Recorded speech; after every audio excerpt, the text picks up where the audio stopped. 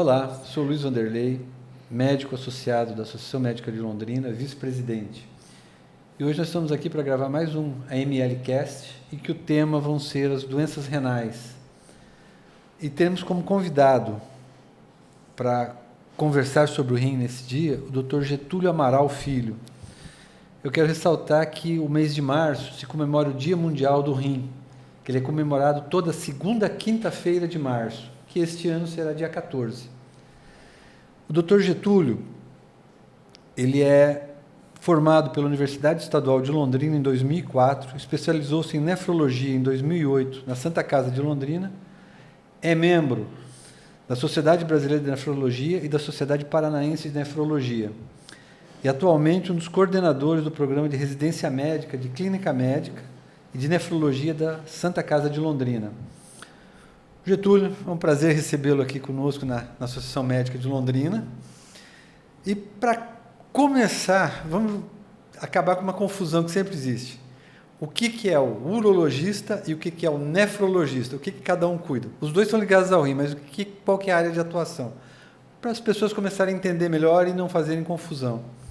Olá, Vanderlei. Olá a todos que nos acompanham. Muito obrigado pela oportunidade de estar aqui, esclarecer um pouquinho mais sobre a doença renal.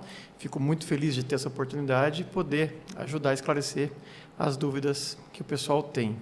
Começando por essa primeira, né? Muito comum essa confusão entre o nefrologista e o urologista, como você colocou. Os dois são médicos que cuidam da parte dos rins, do sistema urinário, né?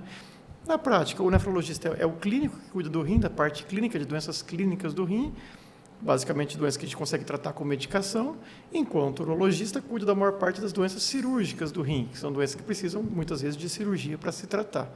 E, além disso, o urologista ele não fica só no rim, ele tende a descer ureter, bexiga, próstata, essa é mais a área dele. Enquanto a gente, nefrologista, cuida mais da parte clínica do funcionamento dos rins mesmo. Ótimo, agora que a gente já sabe onde cada um pisa, né, para não criar confusão, eu queria que você me falasse como é que está a situação das doenças renais do Brasil hoje. Qual é a incidência, qual o impacto que está tendo na sociedade as doenças renais? As doenças renais elas vêm aumentando e a gente vive hoje, infelizmente, uma verdadeira epidemia de doença renal e isso não é de hoje, já vem há alguns anos. Tanto que a Sociedade Brasileira de Nefrologia, nos últimos anos, tem usado um tema muito parecido para tratar do Dia Mundial do Rim, que é justamente a prevenção da doença renal, que é o que a gente vai conversar bastante hoje, né? A doença renal ela é uma doença que tem vários tipos e várias classificações. Sem dúvida, a mais grave, a que mais nos preocupa, é a doença renal crônica estágio 5, que é quando os rins param de funcionar. Os rins não conseguem fazer as suas funções principais, a gente vai conversar delas daqui a pouco. Mas, em última análise, quando o rim para de trabalhar, a pessoa precisa de um tratamento de rim artificial, seja uma hemodiálise, uma diálise peritoneal ou até um transplante renal. E esse número de pessoas que precisam desses tratamentos vem aumentando a cada ano no Brasil. Em média, tem tido em torno de 40 a 50 mil pessoas novas por ano que entram em hemodiálise todo ano no Brasil. É um número grande. Hoje, total no Brasil, a gente tem em torno de 160 mil pessoas fazendo algum tipo de tratamento dialítico. Então, é um número que só cresce. E, infelizmente, a mortalidade entre essa população é grande, porque a pessoa que vai para esse estágio de falência renal, que precisa de uma diálise, precisa de um transplante, ela costuma ter muitas doenças associadas. Então, a mortalidade dessa população também é alta, de modo que entre 20 e 30 mil pessoas morrem por ano no Brasil decorrente da doença renal. Então, eu estou aqui mostrando, começando a conversa pela parte mais pesada dela, que é justamente o estágio final da doença renal, aquela pessoa que precisou ir para a diálise, depois precisa de um transplante, e, infelizmente, aquela pessoa que acaba falecendo da doença renal. Para mostrar para as pessoas quão sério é isso, quão grave é isso, o tamanho desse problema. E aí, a gente se preocupar mais com ele para tentar conscientizar a população de que pode ser prevenido, de que pode ser evitado e que esse estágio final ele pode realmente ser retardado ou até evitado em muitos casos. Então, acho que a grande questão é conscientizar para não deixar chegar nesse ponto. Certo, Getúlio. A gente que trabalha no meio médico, que trabalha em hospital, a gente vê muito, e estudando, a influência que o rim ele tem doenças próprias dele e ele é um órgão de choque para várias patologias também, que entra no rol das complicações dessas patologias. Então, dando um aspecto mais crônico sistêmico e não só puramente renal. Queria que você me falasse um pouco sobre isso, esclarecesse um pouco sobre essa coisa dos fatores, as doenças que estão associadas ao desenvolvimento de doenças renais como consequência. Depois a gente até fala das doenças próprias do rim, né? Mas dessas outras doenças que às vezes a população não todo, mas as pessoas, né, que têm até essas doenças, não dão o devido valor no controle delas, porque elas ou desconhecem ou não acreditam muito que o rim pode vir a sofrer. Queria que você falasse alguma coisa para a gente sobre isso. Não, isso é muito, muito correta essa sua colocação, porque a doença renal crônica, que é esse processo lento de falência renal, na maior parte das vezes ele é decorrente de duas doenças, a hipertensão arterial e o diabetes. O último censo da Sociedade Brasileira de Nefrologia, que contabilizou as pessoas, que foi publicado com dados de 2022, mostra que 33% dos casos de doença renal crônica são por causa de diabetes, 34% por causa de hipertensão. Ou seja, aí a gente tem quase 70% dos casos decorrentes dessas duas doenças. E os outros 30% são outras doenças mais próprias do rim. Então, é muito importante a gente entender que pressão alta e diabetes são os dois grandes vilões do rim. Infelizmente, na maior parte das pessoas que faz hemodiálise hoje, foi porque perdeu o rim devido à hipertensão, ou devido ao diabetes, ou aqueles que têm as duas doenças juntos, que boa parte da população também acaba tendo, né? Então, são os nossos grandes inimigos, a hipertensão e o diabetes. Então, as pessoas têm que ter esse entendimento de que essas doenças crônicas, se forem bem controladas, diminui a chance delas prejudicarem o rim. Porém, se elas forem mal controladas, acelera o processo de degeneração dos rins. Via de regra, a gente contabiliza mais de 5 anos de hipertensão ou diabetes, já é suficiente para começar a ter algum grau de lesão renal. É óbvio que quanto mais descontroladas elas estiverem, mais rápido é essa lesão renal. Quanto mais controlado, mais lento é essa lesão renal. Mas, infelizmente, são as duas doenças mais comuns que a gente vê na nossa população levando à doença renal. E essas duas doenças, né? Nos atendo a elas, qual o impacto que elas vão ter? Elas já têm um impacto que causaram a insuficiência renal. No tratamento dessa doença renal, na diálise, na condição clínica, qual o impacto que elas têm como fatores de agravação do tratamento, já não como causa. Como causa elas já são, mas o quanto que elas levam ao comprometimento do tratamento, em termos de riscos, aumento de mortalidade, existe alguma coisa nesse sentido? Sim, porque, infelizmente, elas não estão ligadas só à doença renal. A doença renal, na hipertensão e na diabetes, ela é, vamos dizer, uma das pontas desse iceberg, que é todo o dano que essas doenças causam para o organismo. Então, a hipertensão, o diabetes, que não tem um bom controle, aumentam muito o risco cardiovascular. Então, aumenta o risco de infarto, por exemplo, que é uma doença bastante comum, que todo mundo sabe o que é. Então, o paciente renal que perdeu os rins por causa de diabetes e hipertensão, ele tem um risco muito aumentado de também ter um infarto, uma doença coronariana, que pode levar à morbidade, fica com insuficiência cardíaca, com fraqueza por causa que o coração ficou doente, ou até a morte por causa de um infarto fulminante. Mesma coisa, o acidente vascular encefálico, o famoso AVC. Aumenta o risco de AVC nessa população que faz diálise e tem hipertensão e tem diabetes. Esse risco é aumentado. O diabético também tem mais risco de perder a visão, de perder membros, perder dedos do pé, perder até uma perna, por causa da circulação que vai ficando comprometida. Então, tudo isso são complicações decorrentes dessas doenças que vêm junto com a complicação renal. Então, é um dos motivos que a gente sabe que o paciente que foi para a diálise tem mais risco de mortalidade. Infelizmente, sim, porque a diálise quase nunca vem sozinha, ela vem com essas outras complicações, não decorrentes da diálise, mas decorrentes dessas doenças que levaram a perder o rim. Um outro aspecto como fator causal de insuficiência renal, e a gente vê isso com alguma frequência no hospital, principalmente eu que trabalho também com câncer, e que a gente vê nos pacientes que fazem uso crônico de anti-inflamatório. No Brasil a gente tem, é um das pestes da medicina, é a automedicação. Né? Ela leva um prejuízo em várias áreas, mas os anti-inflamatórios têm um impacto no rim também, né? Perfeito. Então, o que você pode falar para a gente disso? Existe uma estatística do grau de comprometimento renal causado pelo uso abusivo de anti-inflamatórios? Infelizmente, aqui no Brasil, como o senhor colocou, a gente tem um fácil acesso ao anti-inflamatório e, de fato, é um remédio muito bom para dor. Quem já teve algum tipo de dor e tomou anti-inflamatório sabe que ele resolve a dor muito rapidamente. O problema é que as consequências dele para o rim são perigosas. Ele é um remédio que ele tem toxicidade para o rim depende de uma substância que chama prostaglandina para trabalhar bem, principalmente o paciente que é hipertenso, que é diabético, que já tem algum grau de disfunção renal, ele depende mais ainda dessa prostaglandina para o rim trabalhar bem. E o anti-inflamatório, ele age justamente inibindo essa substância prostaglandina, ele inibe que o corpo forme prostaglandina. E aí, sem a prostaglandina, esse rim começa a sofrer mais, e aí começa a perder funcionamento.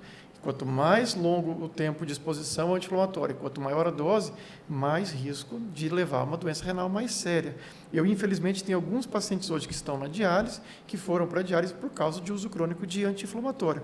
Principalmente dores crônicas, paciente com artrite, artrose, gota também que dá bastante dor, dores na coluna, o paciente fica tomando todo dia anti-inflamatório por muitos meses ou até anos. E isso, infelizmente, leva à falência renal. O Brasil não dispõe de números oficiais, que eu posso te dizer, tantos por cento das pessoas que foram para a diálise foram por causa de medicamento. Eu não consigo te dizer com certeza. O que a gente sabe é que até uma dose de anti-inflamatório num rim que já tem uma certa sensibilidade, um rim que já tem algum grau de dano, uma dose de anti-inflamatório já pode ser suficiente para piorar a função daquele rim. Então, o que eu oriento para os meus pacientes que têm qualquer grau de disfunção renal? Não tome anti-inflamatório. Está com dor? Procure outro tipo de analgésico. Um analgésico simples, um analgésico opioide, um tratamento não medicamentoso para a sua dor, alguma outra coisa que não prejudique o rim, porque senão o risco de levar uma lesão renal mais séria e acabar indo para a diálise é maior. Acontecia muito também com antibióticos. Até pouco tempo atrás, o antibiótico era liberado aqui no Brasil, qualquer um ia na farmácia e tomava antibiótico por conta. Esse uso indiscriminado de antibióticos levava a bactérias resistentes e também levava a lesão renal sem necessidade. Depois que regulamentou o antibiótico, passou a ser obrigatório uma prescrição médica, a gente reduziu bastante, a gente percebe isso na prática, o grau de lesão renal por antibiótico diminuiu bastante nos últimos anos, depois que regulamentou. Talvez, se algo parecido fosse feito com os anti-inflamatórios, poderia ser uma coisa boa do poder público pensar, né? E uma coisa importante, não tem anti-inflamatório não esteroide, que é o mais comum, não tem nenhum que seja seguro. O pessoal fala, mas tem aqueles mais modernos, que são inibidores seletivos, que não podem afetar o rim. Infelizmente, isso ainda não foi descoberto. Todos os anti-inflamatórios não esteroides, eles afetam o rim. Então, não tem nenhum tipo de anti-inflamatório que é seguro para o rim. Então, aqui fica um alerta para quem está nos acompanhando de muita parcimônia no uso do anti-inflamatório, né? Vocês viram a consequência que pode ter, é uma coisa séria. A gente observa muito isso na prática, isso que ele descreveu, e a gente acaba pedindo socorro para os nefrologistas para cuidar desses pacientes que abusaram dos analgésicos anti-inflamatórios. Então, cuidado, quando tiver algum problema crônico, uma dor que está incomodando, alguma alteração, procure um médico, faça o uso de um medicamento com controle e não de uma maneira aleatória. Isso eu acho que é uma coisa muito importante para a gente frisar, que é uma parte que foge. Quem já é diabético, ele vai complicar porque ele desobedece o médico, o hipertenso porque ele desobedece o médico. Mas o uso de anti-inflamatório não, como ele é um medicamento de acesso muito fácil, é mais uma conscientização, e a gente tem certeza que muita gente não sabe disso, né? E se você for diabético, for hipertenso, ou já tiver algum grau de doença renal, aí mais ainda você tem que evitar o anti-inflamatório. Então, dá um aviso aqui para todos os hipertensos e diabéticos, evitem anti-inflamatório. Até agora a gente estava falando do rim apanhando dos outros. E do rim mesmo, o que ele tem, o que ele produz, ou quais as doenças mais comuns que surgem no rim, que são decorrentes do rim? Você colocou que vai ficar em torno de 30 e poucos %. Legal. Vamos falar um pouquinho antes sobre o que são os rins. Acho que é um assunto interessante para a gente entender como ele funciona bem, para daí a gente entender como ele funciona mal, né? Então, os rins são 2 órgãos que ficam na região das costas, né? E a função principal deles é filtrar o sangue. A gente brinca que os rins são os filtros do organismo, né? Então, eles filtram as impurezas do sangue e eliminam essas impurezas através da urina. Quais impurezas? Praticamente todas, mas as mais comuns, as que a gente consegue medir na prática, a creatinina, que é o que a gente vai falar bastante, que é o principal exame para ver o funcionamento do rim.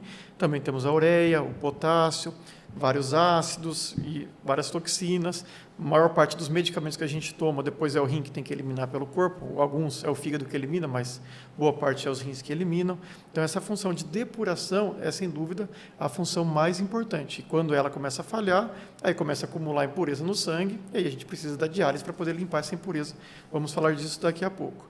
A segunda função mais importante do rim é o controle da quantidade de líquido do corpo. Porque, além de eliminar a impureza, o rim também elimina a água.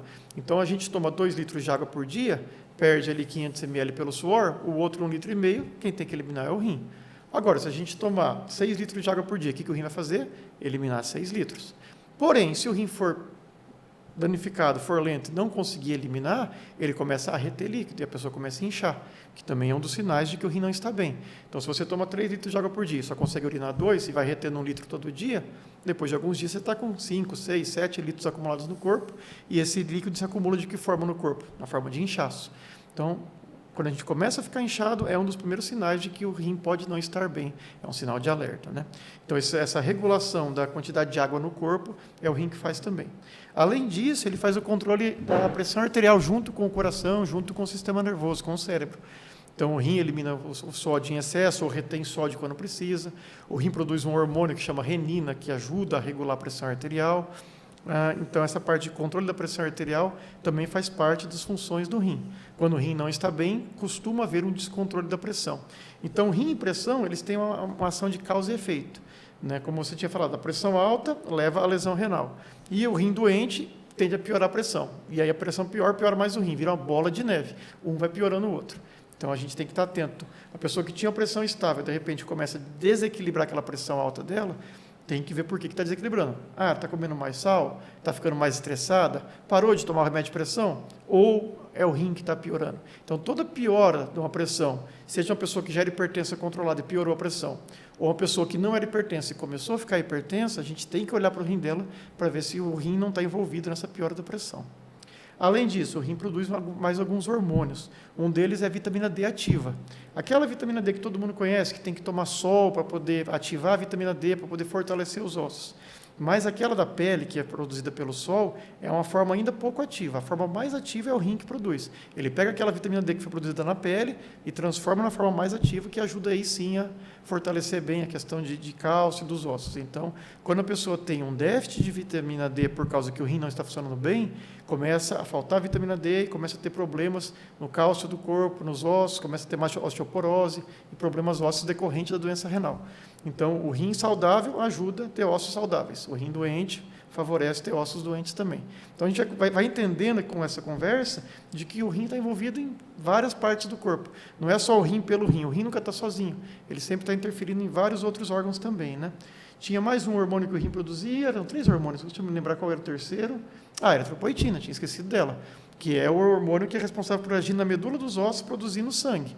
Então, quando o rim não está bem, não produz eritropoetina e aí começa a ter anemia. Então, é muito comum o paciente que tem doença renal ter anemia. A gente tem, às vezes, repor esse hormônio na forma de injeção. E, à medida que o rim melhora, ele volta a produzir eritropoetina.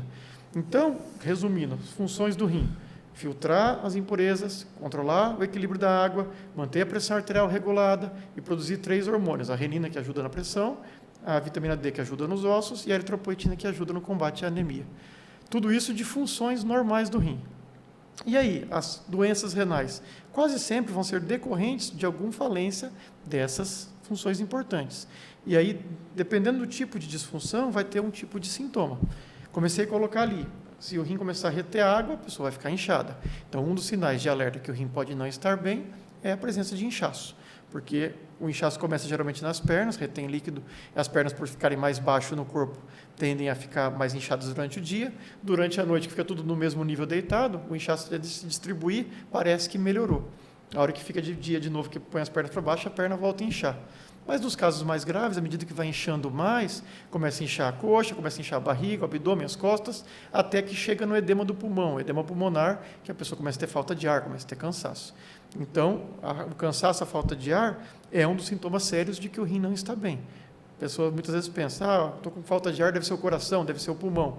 Pode ser que seja, mas também pode ser o rim. A gente não pode esquecer que o rim pode levar ao estado de cansaço. Então, o inchaço, o acúmulo de líquidos e o cansaço é um dos principais sintomas de falência do rim. Outro sintoma importante, o acúmulo de impureza, principalmente a ureia. É uma toxina que está presente em vários alimentos e, quando ela acumula, ela começa a fazer disfunção em vários órgãos. Por exemplo, o estômago. A ureia não deixa o estômago trabalhar direito. A pessoa começa a ter perda de apetite, náusea, vômito, não come mais nada, começa a emagrecer, porque não consegue se alimentar.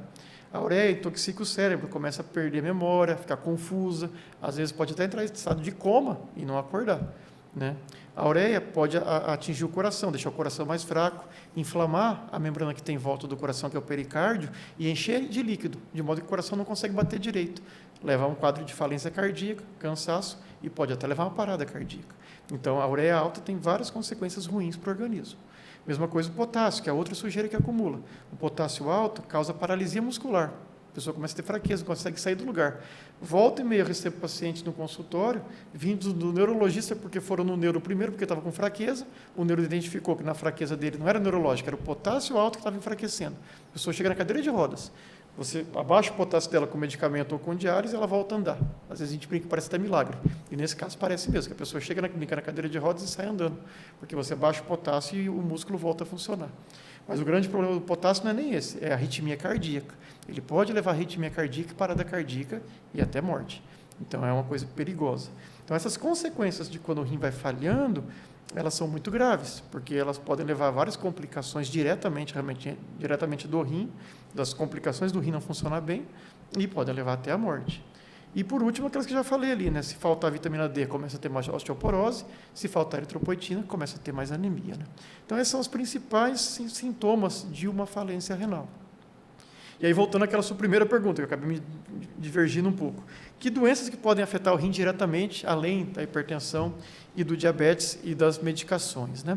Então, no Brasil, a gente tem uma doença policística, que a gente fala, que é uma doença genética, que a pessoa tem um distúrbio nos túbulos renais que começa a formar vários cistos. Cisto renal é uma coisa bastante comum.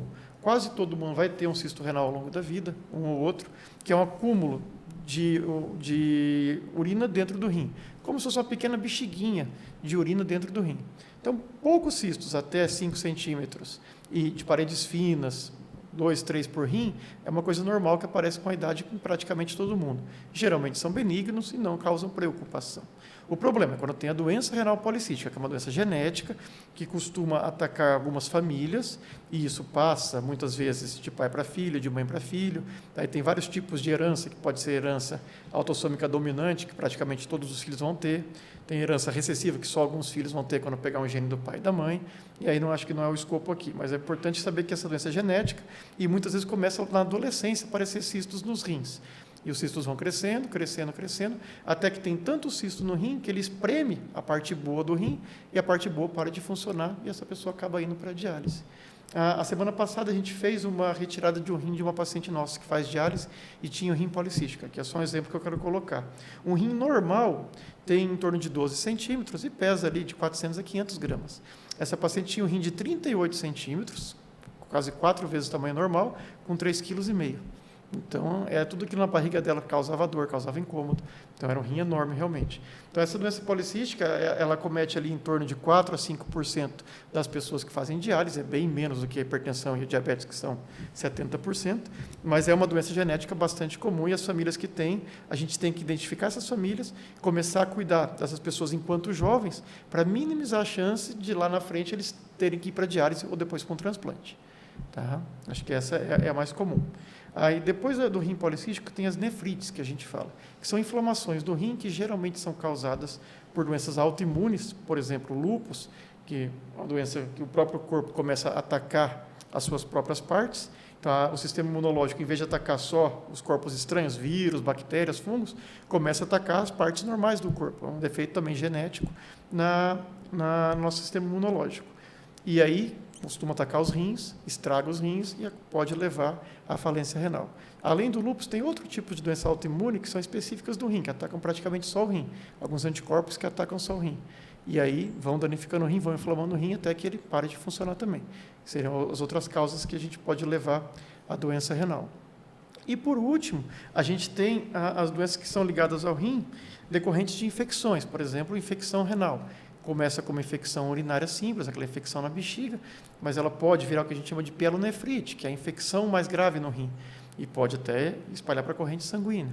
Então, quando você tem uma infecção grave no rim, ele pode parar de funcionar também, se não for tratado adequadamente, com antibióticos, com esse tipo de coisa. Só que não é só a infecção no rim que prejudica o rim, como a gente já falou um pouco antes. Qualquer alteração em qualquer parte do corpo pode prejudicar o rim. Então, uma infecção no pulmão, pneumonia grave, ela produz várias toxinas que vão para o rim e prejudicam o funcionamento do rim. E aí, nesses casos, a gente tem a doença renal aguda, que a gente fala, né? Que é quando o rim estava saudável, mas alguma condição grave fez o rim parar de funcionar. Geralmente, nesses casos, o rim para de funcionar por um tempo. Geralmente, enquanto aquela condição que levou ao rim parar ainda estiver. Então, vamos aqui o exemplo da pessoa com uma pneumonia grave.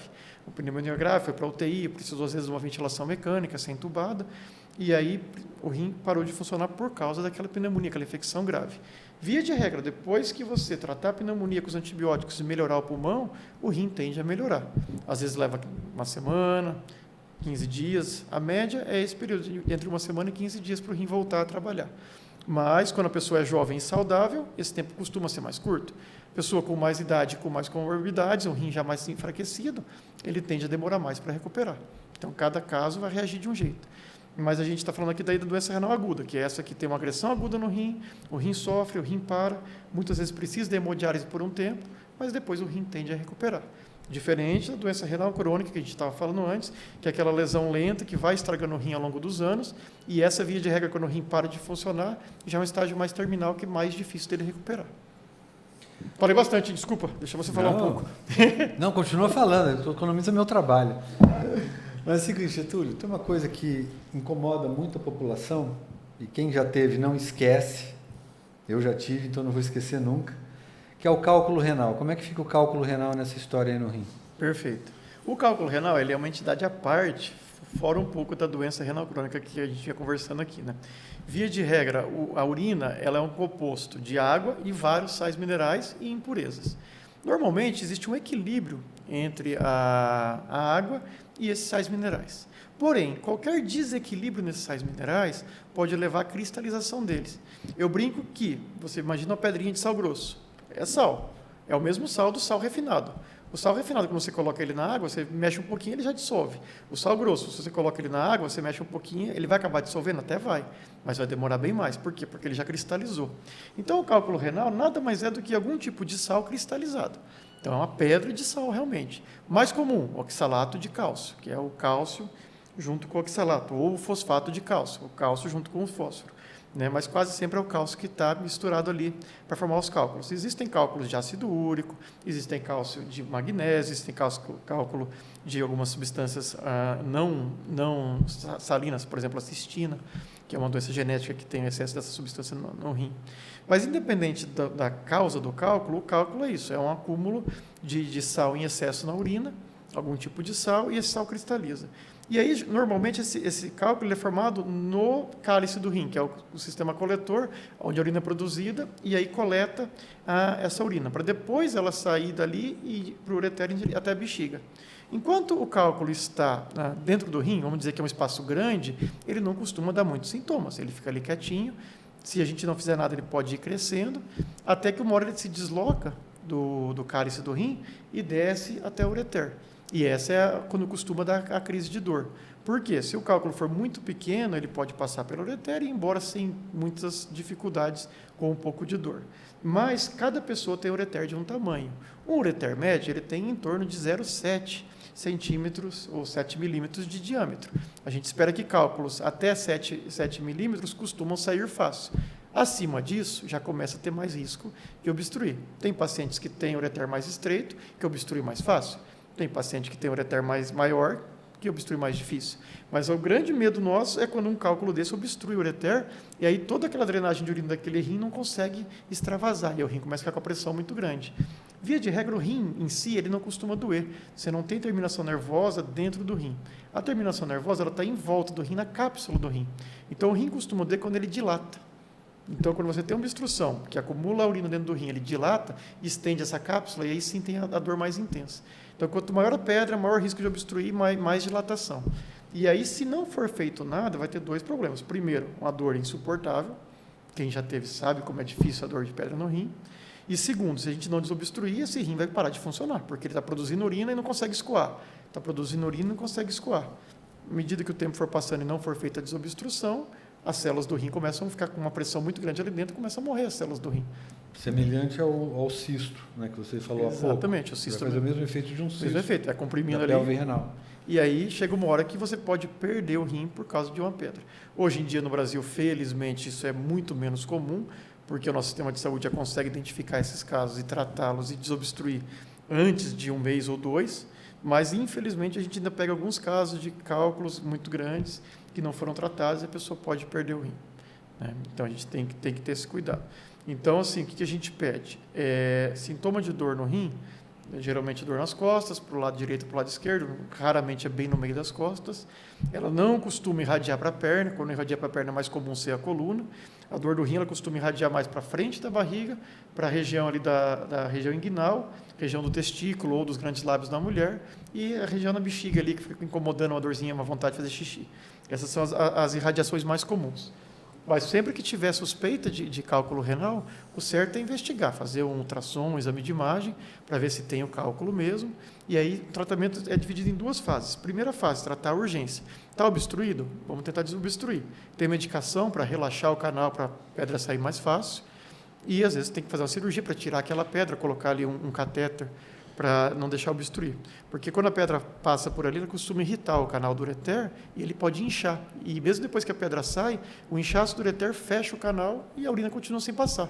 Então coloca-se o que a gente chama de catéter duplo J, que é um pequeno canudinho feito de material plástico especial que fica ali para não deixar o canal entupir, para realmente o rim continuar funcionando. Aí depois que desinflamou, que passou a fase aguda, o urologista vai lá e tira. Tudo isso que eu estou falando é trabalho do urologista. Nós, nefrologistas, não mexemos com essa parte de desobstruir o canal. Isso aí quem realmente faz é o urologista que faz esse trabalho. Certo. Depois que resolveu essa parte aguda, de tirei a crise, mas continuaram pedras lá, aí sim entra o nefrologista, para fazer a avaliação, para tentar entender por que formou aquela pedra e o que pode ser feito para prevenir ela de crescer mais e prevenir de formar novas. Então, a gente faz uma análise da pedra que saiu, para tentar entender do que ela é feita, e uma análise da urina da pessoa para entender por que aquela urina está doente. A gente parte do princípio que se formou pedra é porque a urina está doente. Então, a gente tenta entender qual é a doença que essa urina tem e onde que a gente pode interferir para que ela volte a ser saudável. É uma doença mais simples, que eu posso tratar só com dieta, com ajuste na quantidade de água que a pessoa toma, na quantidade de sal que ela ingere, consigo resolver dessa forma. Às vezes, preciso de algum remédio para reduzir o cálcio da urina, porque tem muito cálcio, eu coloco esse remédio. Às vezes, é uma doença genética que a gente tem que fazer um tratamento mais específico, a gente faz. Então, é um trabalho de longo prazo para prevenir que esses cálculos venham a dar problema de novo.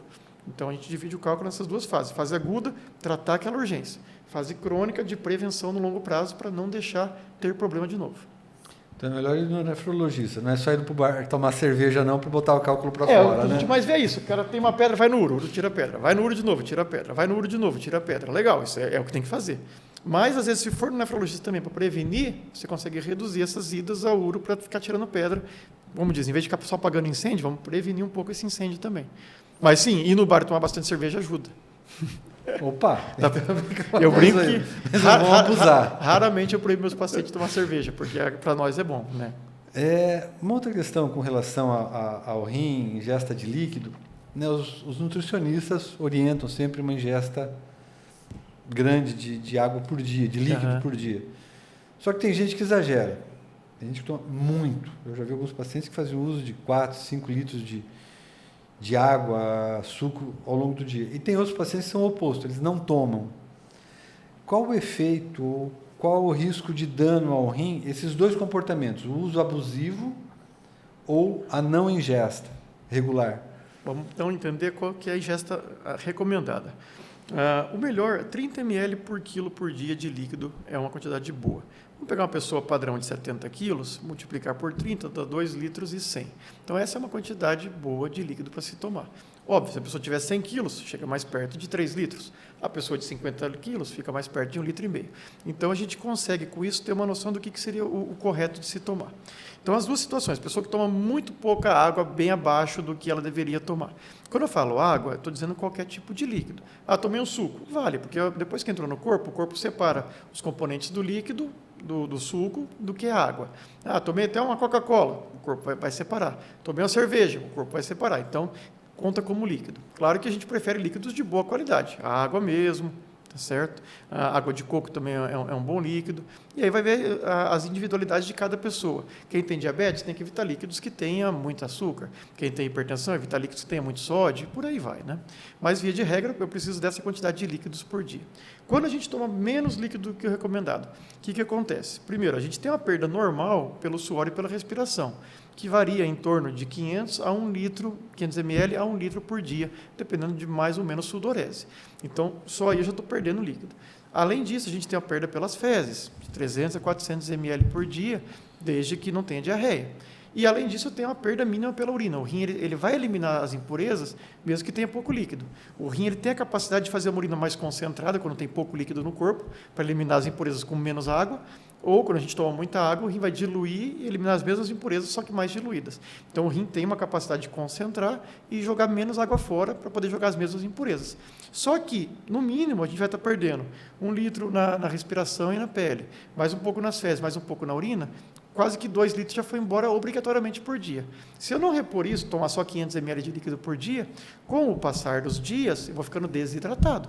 E a desidratação é muito ruim para o corpo, porque daí começa a faltar líquido para o corpo trabalhar, e o líquido é fundamental para o corpo trabalhar. A gente tem que lembrar que o nosso corpo é feito por 60% a 70% de água, então todas as funções do nosso corpo dependem da água. Começa a faltar água, as funções começam a falhar, a pressão começa a cair, o coração começa a ficar fraco, ele tem que acelerar para tentar compensar isso, então a pessoa vai ter mais canseira, vai ter mais fraqueza, vai ter tontura. Então, a falta de água começa a dar problemas. Começa a faltar a produção de saliva, a digestão começa a não funcionar direito, então a pessoa não se alimenta direito, começa a ficar desnutrida também. E, em última análise, se faltar muito líquido, o próprio rim não vai mais conseguir filtrar as impurezas, porque não tem líquido suficiente para filtrar a impureza. E aí começa a dar uma falência renal aguda por falta de líquido. Então, a falta de líquido ela é muito perigosa. Então, não é legal a gente ficar com pouco líquido. Não é raro receber no consultório pessoas com problema de piora da função renal, e a gente vai investigar a fundo, é porque ela estava faltando líquido. Ou porque tomava muito pouco, ou porque ela estava perdendo muito. E aí eu quero fazer um alerta a quem usa medicamentos para emagrecer sem recomendação médica. Por que eu falo isso? É muito comum a gente ter compostos manipulados, compostos até naturais para emagrecimento, que contém diurético na composição ou que contém laxante na composição. E aí a pessoa toma esse remédio para emagrecer e o que acontece? Ela faz mais xixi do que deveria, faz mais cocô do que deveria e, infelizmente, perde mais líquido do que deveria, não repõe esse líquido. E ela tem uma falsa sensação de que emagreceu porque perdeu líquido, mas emagrecer de verdade é perder gordura, não é perder líquido. Quando você perde líquido, você não está emagrecendo, você está ficando doente. Então, eu recebo muita gente no consultório que está usando diurético sem saber, ou até sabendo, só que pelo motivo errado, e isso leva à piora do rim. Então, isso é perigoso. Então, o alerta que eu faço, quem toma remédio para emagrecer sem acompanhamento médico, tome cuidado, reveja o que está usando e procure acompanhamento médico sempre. Tá? E aí, a próxima parte da sua pergunta, que é o excesso de líquido. Então, como a gente colocou, a pessoa de 70 quilos deveria tomar 2 litros por dia. Até 50% acima disso, até 3 litros, não teria problema. Quando começa a passar muito disso, começa a ter o problema oposto. O excesso de líquido no corpo pode sobrecarregar o organismo. Então, se o coração for um pouco fraco, não der conta de suportar esse excesso de líquido, começa o coração a reter esse líquido, geralmente no pulmão, e dá falta de ar. Então, a pessoa que tem algum grau de problema cardíaco e tomar muito líquido, vai ter falta de ar. Se o rim for um pouco fraco e a pessoa tomar muito líquido, vai reter esse líquido também, geralmente nas pernas, mas pode chegar até o pulmão e dar falta de ar também. Então, o excesso de líquido pode causar estado de inchaço, estado de canseira e falta de ar. Então, tem que ter um certo cuidado com isso. E, por outro lado, se o rim for saudável, o coração for saudável, a pessoa tomar muito líquido, principalmente se for um líquido água pura, que não tem nenhum tipo de sal mineral, começa a diluir o organismo, porque daí o rim tem que eliminar essa água, e só que junto com a água ele acaba eliminando um pouco de sal mineral, a pessoa toma lá 8 litros de água pura e não come muita coisa, começa a ficar diluído os sais minerais do corpo. Então, o sódio do corpo, que tem que ser mantido no nível bem adequado, ele começa a baixar. O potássio começa a baixar, o magnésio começa a baixar, porque está entrando muita água e está diluindo esses sais minerais. E essa falta de sais minerais, essa diluição dos sais minerais, pode provocar arritmia cardíaca, pode provocar alteração neurológica, a pessoa pode ficar confusa, pode ter rebaixamento do nível de consciência, pode até entrar em coma. Então, tomar água demais pode ser ruim também. Então, infelizmente, como tudo na vida, não pode ser nem de menos, nem de mais, tem que ser na quantidade certa. Outra coisa que a gente está muito em voga, né, hoje, a questão da atividade física, a prática da atividade física, e as pessoas têm exagerado um pouco, né, ou praticam esporte já como quase competição. Então, o pessoal que faz triatlon, maratona, meia maratona, pedal, em quilometragens altas, Isso né? eu gosto. 50, 100 quilômetros, aí é comum a gente ver o pessoal fazendo no final de semana. Tem que ter algum cuidado especial, isso pode levar a algum impacto na função renal? Tem que ter bastante cuidado, com certeza. Vamos começar por esses esportes de longos, maratona, pedalada longa. Primeiro, manter uma hidratação adequada, porque justamente num esporte desse, você vai ficar ali 3, 4, 5 horas fazendo exercício, se não tiver uma hidratação adequada, você vai perder muito líquido porque vai suar. E se você perder muito líquido e não repor esse líquido durante o exercício, a tendência é que comece a faltar líquido no organismo e o rim pode sentir isso. Então, não é comum a pessoa ter um quadro de insuficiência renal aguda por falta de líquido logo após um exercício desse. Se o exercício for muito extenuante, exigir demais da musculatura, pode ter uma situação que a gente chama de rabdomiólise, que é quando o músculo começa a morrer, a célula muscular morre, e quando a célula muscular morre, ela libera algumas toxinas na corrente sanguínea. As duas mais comuns, a mioglobina e a CPK, a creatina fosfoquinase. E essas duas substâncias são tóxicas para o rim. Então, além de estar desidratado, o rim vai sofrer por causa do acúmulo dessas substâncias tóxicas lá nos filtros. Então, pode piorar ainda mais esse grau de função renal. Como é que a gente sabe que o exercício passou do ponto? Se a quantidade de xixi diminuir e se o xixi ficar vermelho. Fiz lá uma corrida e o xixi ficou vermelho depois da corrida. Fiz uma pedalada e o xixi ficou vermelho depois da pedalada. É sinal de que houve lesão muscular, ou provavelmente houve lesão muscular, e é um sinal de alerta. Então, ou faltou líquido ou o exercício passou da conta. Então, sempre que isso acontece, vale a pena pegar mais leve, hidratar bem e, de preferência, ir no médico, fazer exame do rim, ver como é que está, para ver se teve realmente algum grau de lesão renal e se isso está recuperando rápido ou não. A gente espera que esse tipo de lesão renal recupere rápido, mas é bom fazer um acompanhamento. Sempre que tiver um exercício extenuante, que começar a urinar vermelho, vale a pena fazer um check-upzinho da parte renal para ver se ficou tudo bem. Tá? Por outro lado, pessoas que fazem muito exercício anaeróbico, muita musculação e aí, consequentemente, tomam muito suplemento.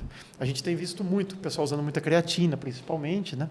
E outros suplementos, como whey e esse tipo de suplementos, que podem levar a uma sobrecarga renal.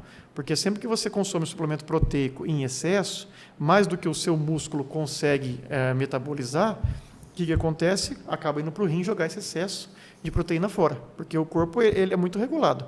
O que você consome, se o corpo aproveitar, ele vai aproveitar, e o que não aproveitar, o corpo vai jogar fora. Então, se você deveria comer lá 1 grama de proteína por quilo de peso por dia e está comendo 5 gramas, um excesso absurdo, você vai conseguir usar ali 2 gramas desse que você comeu e o resto, o rim vai acabar tendo que jogar fora. Isso tende a sobrecarregar o rim.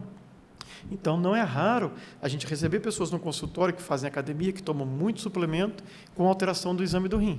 A gente vai ter que analisar mais a fundo para ver se já é um grau de lesão renal ou se é só uma sobrecarga de suplemento. Quando é sobrecarga de suplemento, a gente consegue reduzir o nível de suplemento para um nível que não seja tóxico. Ou quando já tem lesão renal, daí a gente faz uma adaptação para não deixar ficar um nível perigoso. Mas quem faz suplementação tem que ter esse certo cuidado. Então, evitar a hipersuplementação.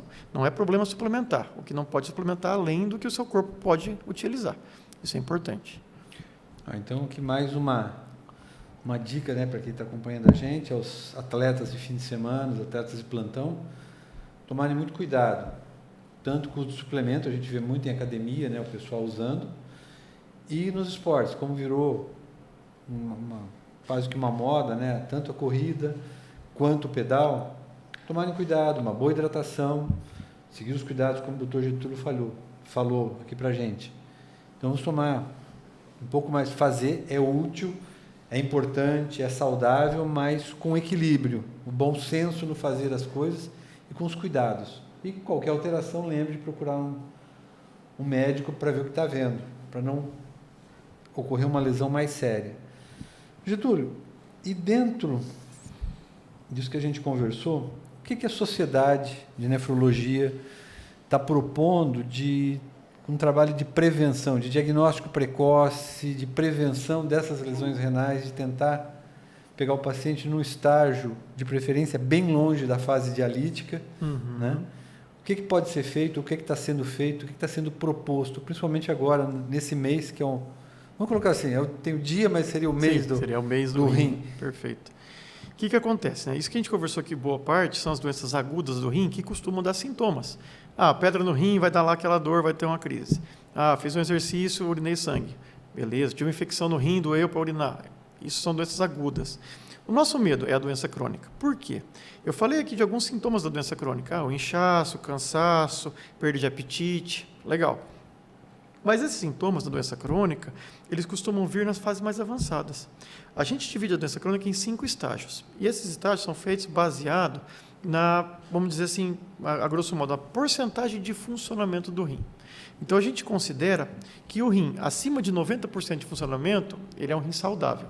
Mas se ele já tiver algum grauzinho de lesão, alguma coisa que machucou o rim, um pouquinho de perda de proteína, por exemplo, alguma coisa alterada, mesmo acima de 90% de funcionamento, já considera estágio 1 da doença renal. O estágio 2 é quando a função cai entre 60% e 80%. O estágio 3, ali entre 30% e 60%. O estágio 4 entre 15% e 30%. E o estágio 5 abaixo de 15%, que é o estágio mais avançado, que é o estágio que precisa da diálise.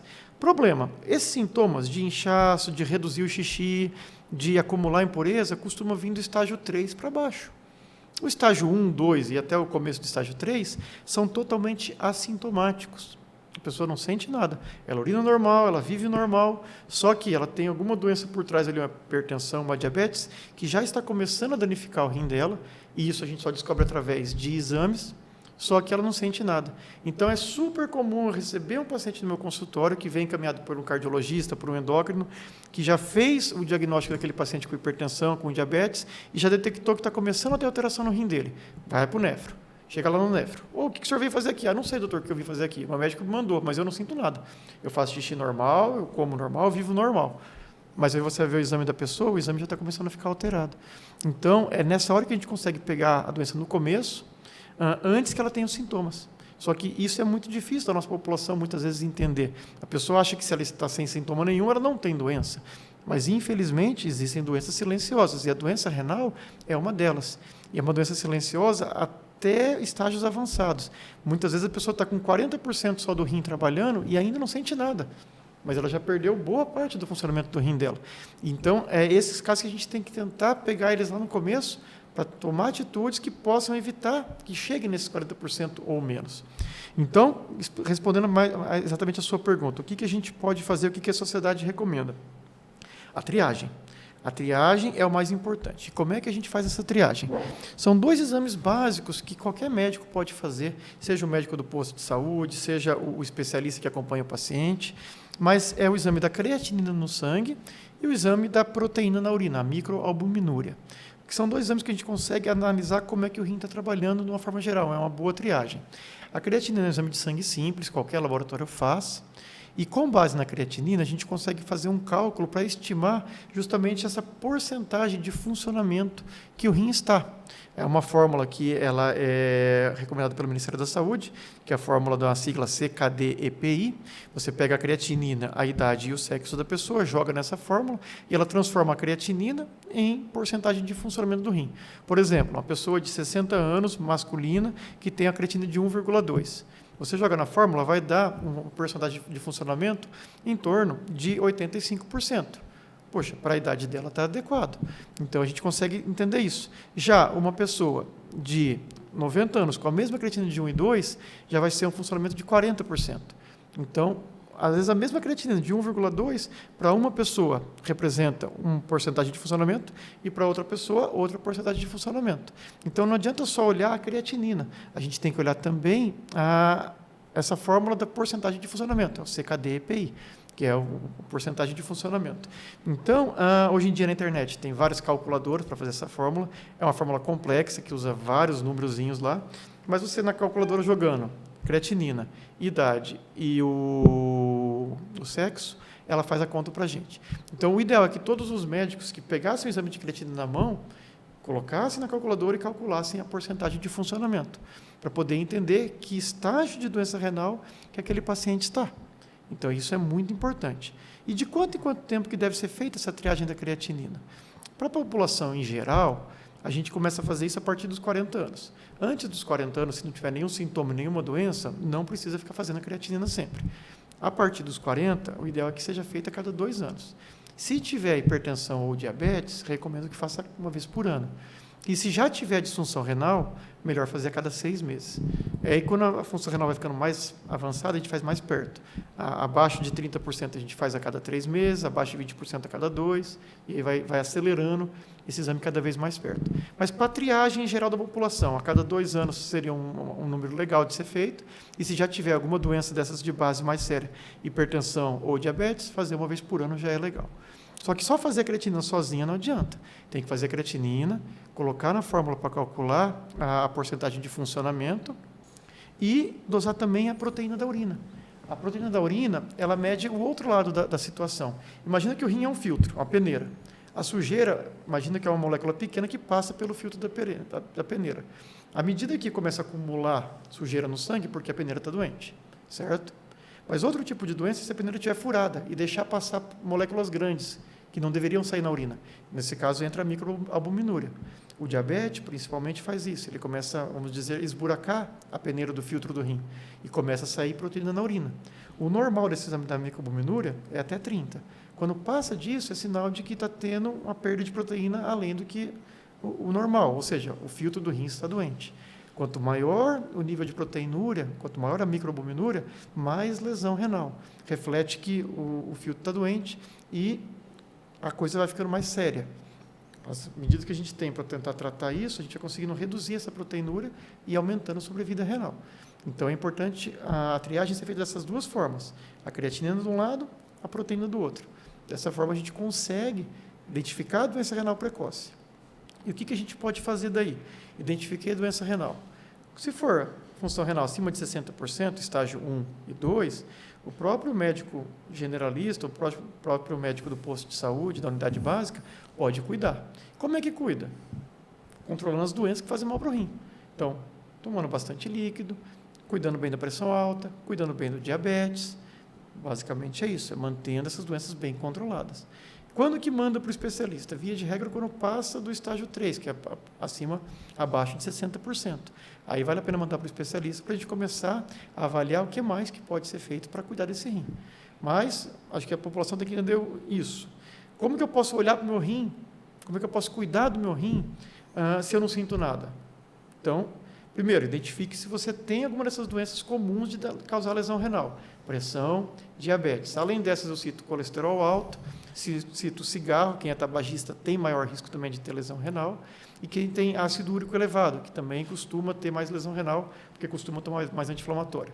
Então, se você tem alguma dessas doenças, vale a pena se preocupar com o seu rim. Vai atrás do seu médico e peça para fazer um exame de creatinina e microalbuminúria, proteína na urina. Mas se eu não tenho nenhuma dessas doenças, então o ideal é que a cada 2 anos, pelo menos, faça um exame desse de creatinina e proteína da urina para fazer um check-up renal. Muito bem, Getúlio. Eu quero agradecer a tua vinda aqui, desses esclarecimentos todos que você nos prestou, à população. Eu acho que foi bastante elucidativo e chamando a atenção para algumas coisas, né? Que eu acho que fica como mensagem para a população. As doenças crônicas, né, ter um controle adequado da hipertensão, do diabetes, como foi muito frisado. A questão dos atletas aí, da prática da atividade física em excesso, sem os cuidados, também chama a atenção que uma coisa que é para ser boa pode trazer danos, então acho que tem que ficar muito atento a isso. E queria agradecer muito a tua participação aqui no nosso AMLcast e deixar em aberto para você aí, para outras vezes que você tiver interesse em falar alguma coisa de rim para a gente e para a população, a gente fica à sua disposição. Maravilha, tá, agradeço demais. E manda um abraço para o teu pai lá também, que o pai dele também é urologista, nefrologista. Família de Nefro. Família de Nefro. Pai, cunhado, todo mundo lá, família inteira. Muito obrigado, gente. Obrigado a todos que participaram com a gente aqui e qualquer dúvida, estamos à disposição. E vocês continuem acompanhando o AMLcast com vários temas ligados à medicina.